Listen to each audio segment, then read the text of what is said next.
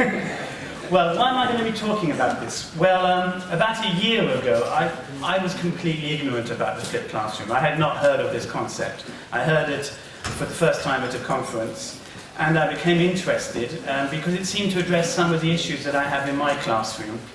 I was particularly feeling a sense of disappointment with the lack of progress that some of my teachers are making. So it seemed to be something that resonated with me. So today I'm going to be talking about, oops, I have a flaky connection at the moment, my internet. So I'm going to be talking about what it is. I'm going to tell you a little bit about the background and theory, and then I'm going to talk about how you can create some flipped classes.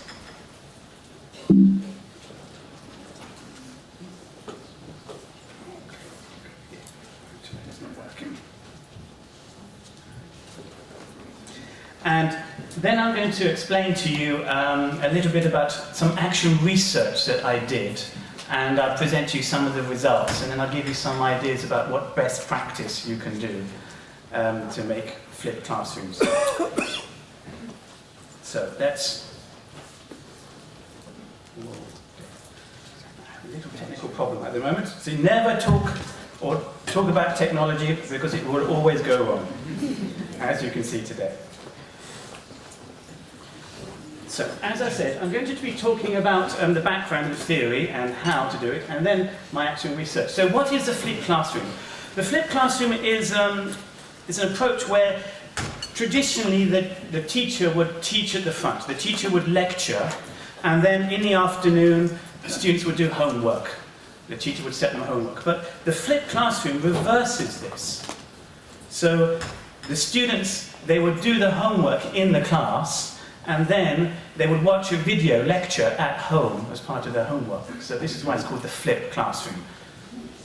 So the background, well, there seems to be two main streams where it originated. There were two teachers in the States, Bergman and Sams, and they started sending videos of their lessons to students who were sick or absent, and they became gradually very popular. So they gradually became very famous across the United States, and they started sharing their experience of the flipped classroom.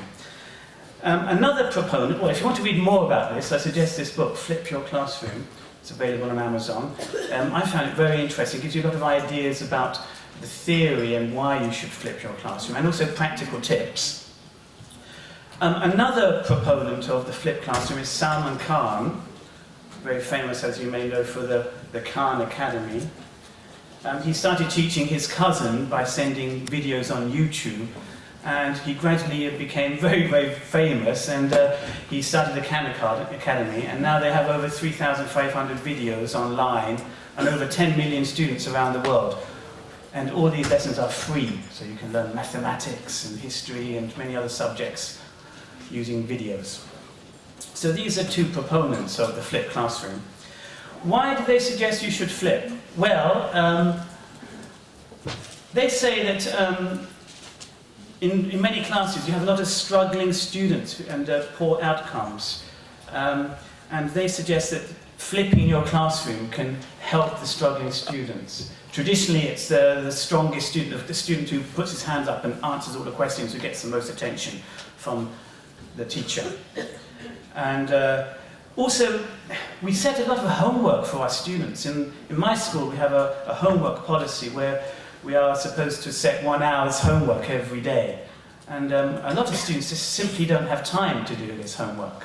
Someone like Salman Khan refers to this as busy work. You know, really, is it necessary to have so much time outside of class doing homework?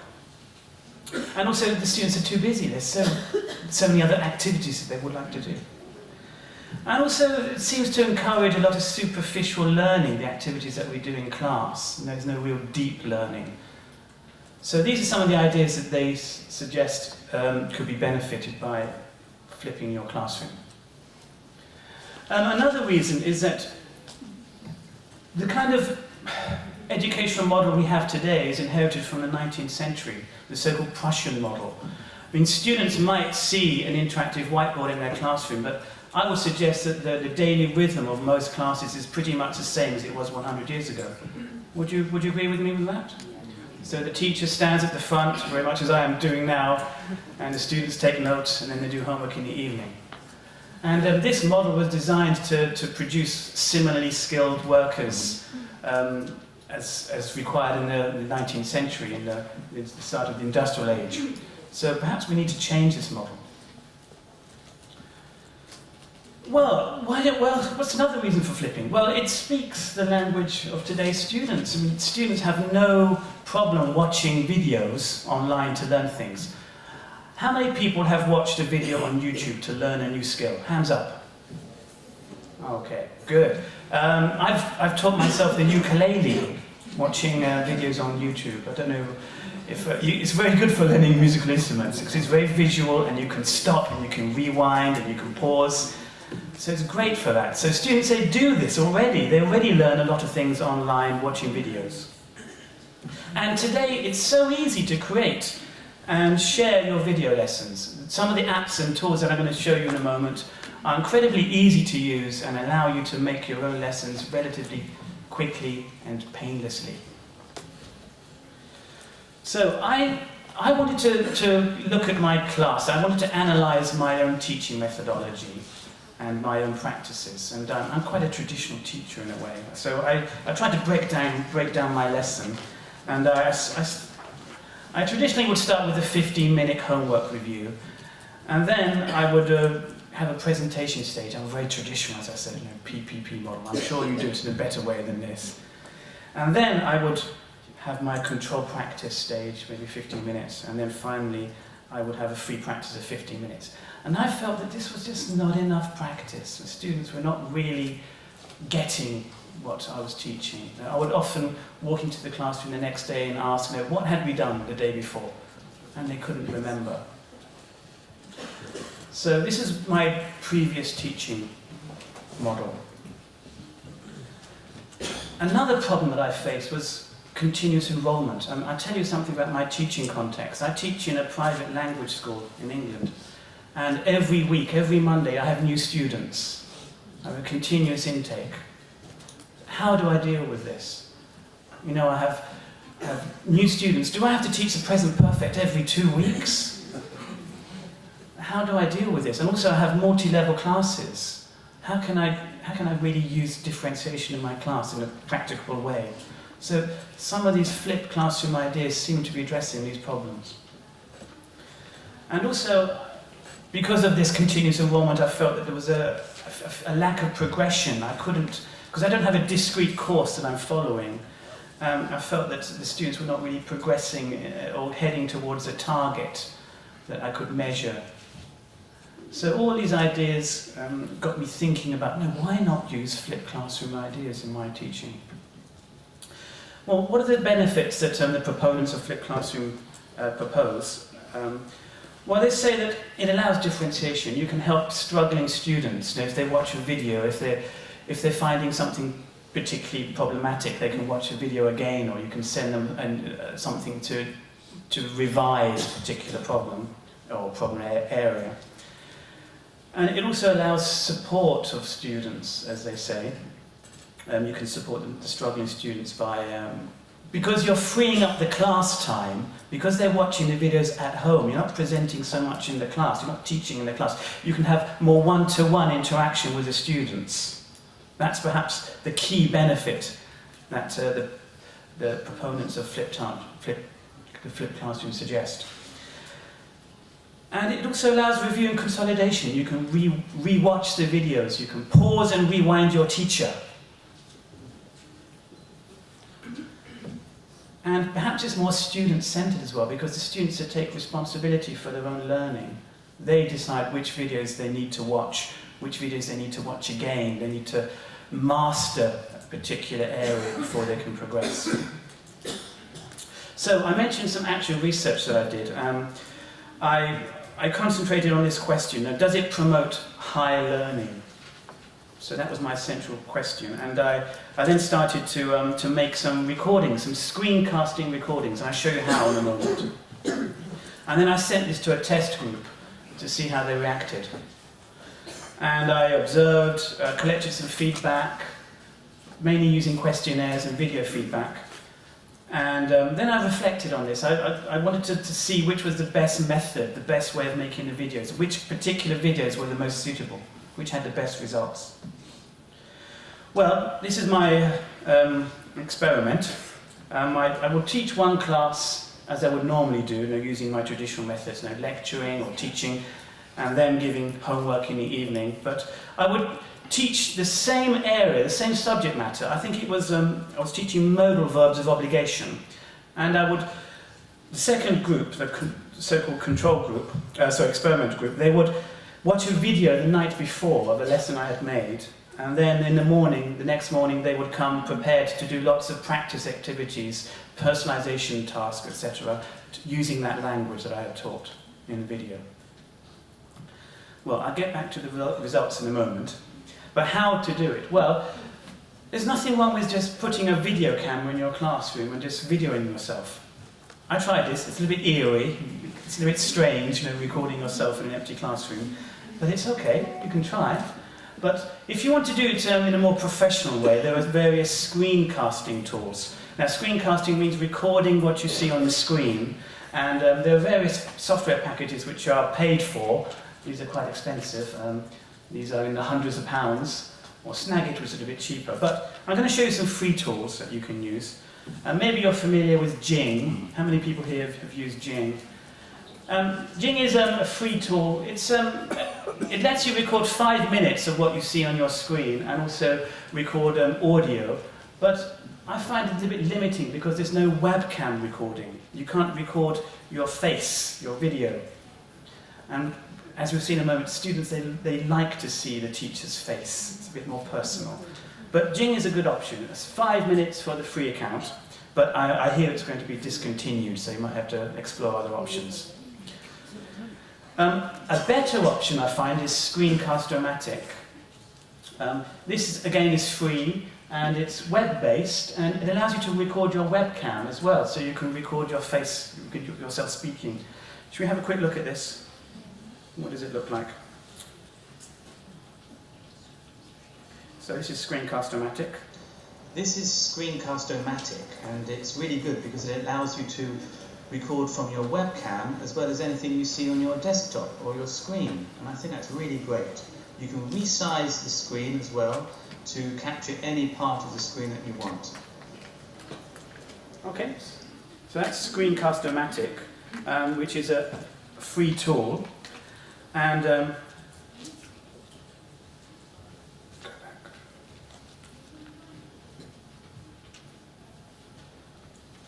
you can upload to YouTube and any website. You can share the link with your students.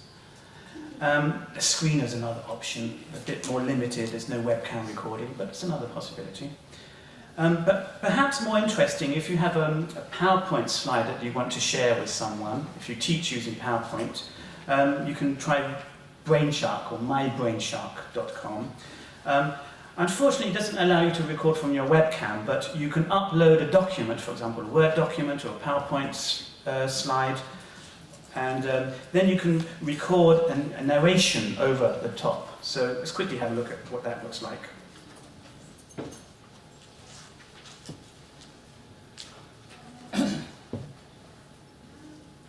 Okay. Never worked with technology.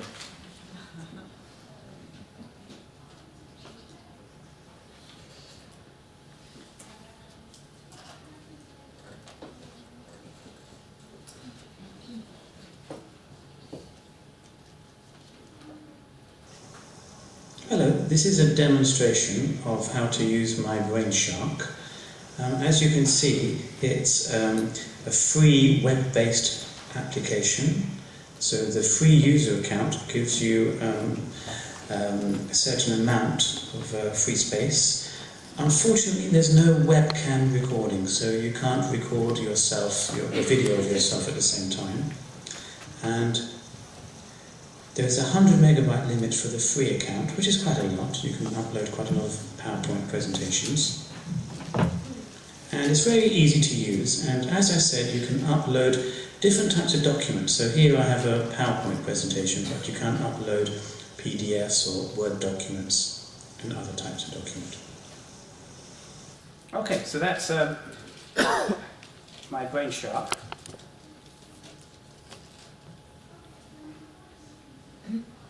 Now, another free tool, which is, I find, perhaps even more powerful, is present.me. This allows you to upload a PowerPoint presentation and record from your webcam as well. So you can have a video of yourself speaking with your PowerPoint slides, which is great. As I said to you before, the students like to see your teacher, even if you look like me. So let's quickly have a look at what that looks like.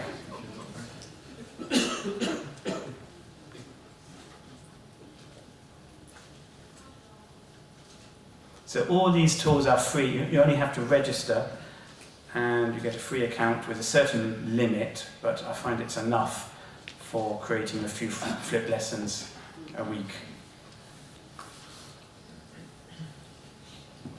Okay, well that's not loading up, so let's quickly move on.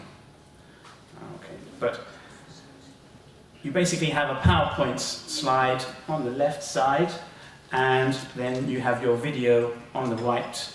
And it's a great tool, I find. You can really use a pre-existing PowerPoint lesson that you have and then narrate or record yourself by the side. Now, if you have an iPad, which I have, you can use various tools on the iPad to create flip lessons. Now, one tool that I'm going to show you now is called Educreations. This is a cross-platform tool, and this allows you to use your iPad as an interactive whiteboard, really. You can write on your iPad and also record. I'll just quickly show you this.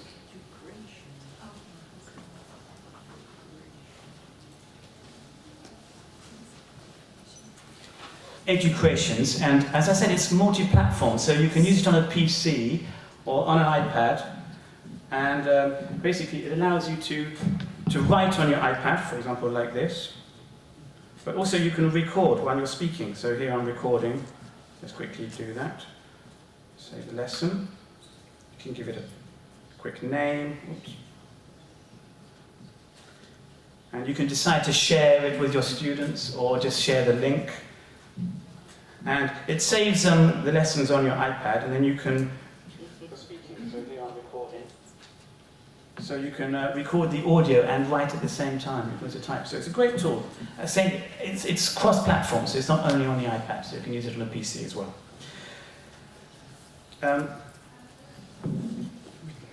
Now, another favourite tool that I use is Explain Everything. This is my favourite app in the world for teaching. I don't know has anyone ever used Explain Everything? I'll just quickly show you this. Explain Everything is incredibly powerful, because it allows you to create a visually interesting animated lesson.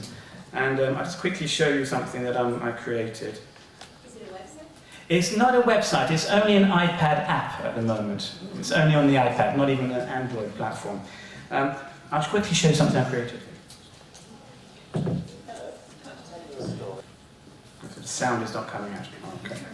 His name was Spencer Silverman. He was an industrial chemist working for the company. So it allows you to cut and paste images, and then you can manipulate the pictures and write on the screen and narrate over the top. So you can create stories or animated lessons, and it's very easy to use. Now you can just manipulate objects, for example, like this. You can move things around, so it's great fun. And you can also get your students to create, materials like this. So, I'm running out of time. So, if there's one thing I want to say about the flipped classroom, is that it's not just the video. The video is not the most important thing. The main thing is the extra time that you have created by freeing up the lecturing from your class. So just think of the possibilities that you as teachers can have with creating more exercises and practice activities in the class that allow more real practice of the language. Now, I've found that by using this methodology, I had better results. And in my action research, I found that the students who who had flipped classroom lessons, they performed better in the end of week tests. There was a 41% improvement in some of my tests. And it's not just me, there's a lot of anecdotal evidence that this kind of method does seem to create better results in terms of learning in a deeper way. And one of my theories as to why this is because I think it's a reversal of Bloom's taxonomies, because you're starting with creating at the bottom. Now, normally in Bloom's taxonomies you have creating as the highest level of learning, but if you reverse it and start by using activities that are more creative in the classroom at the beginning, rather than presenting or lecturing, it has better results. And also I think it has something to do with watching the video the night before somehow makes it more retentive, that you remember things more in the evening, and then in the morning you come prepared. I had one Italian student said to me, "Oh, last night I dreamt about you." I didn't know how to react to this. He was an Italian middle-aged businessman. But he said he'd watched the video and then he somehow absorbed the language, whether it was subconsciously or not. But I think it's to do with deeper learning, because you're reflecting on this more. It's something I think we're lacking in our classrooms, that there's not enough slow learning or deep learning. I don't know if you read the book, Slow Thinking, Fast Thinking. It shows how important it is, to not react quickly. I think in the class we put our students on the spot too much. We don't allow time to reflect, and I think this kind of methodology could help with this. Thank you very much. I think I've run out of time. Sorry about the technical problems.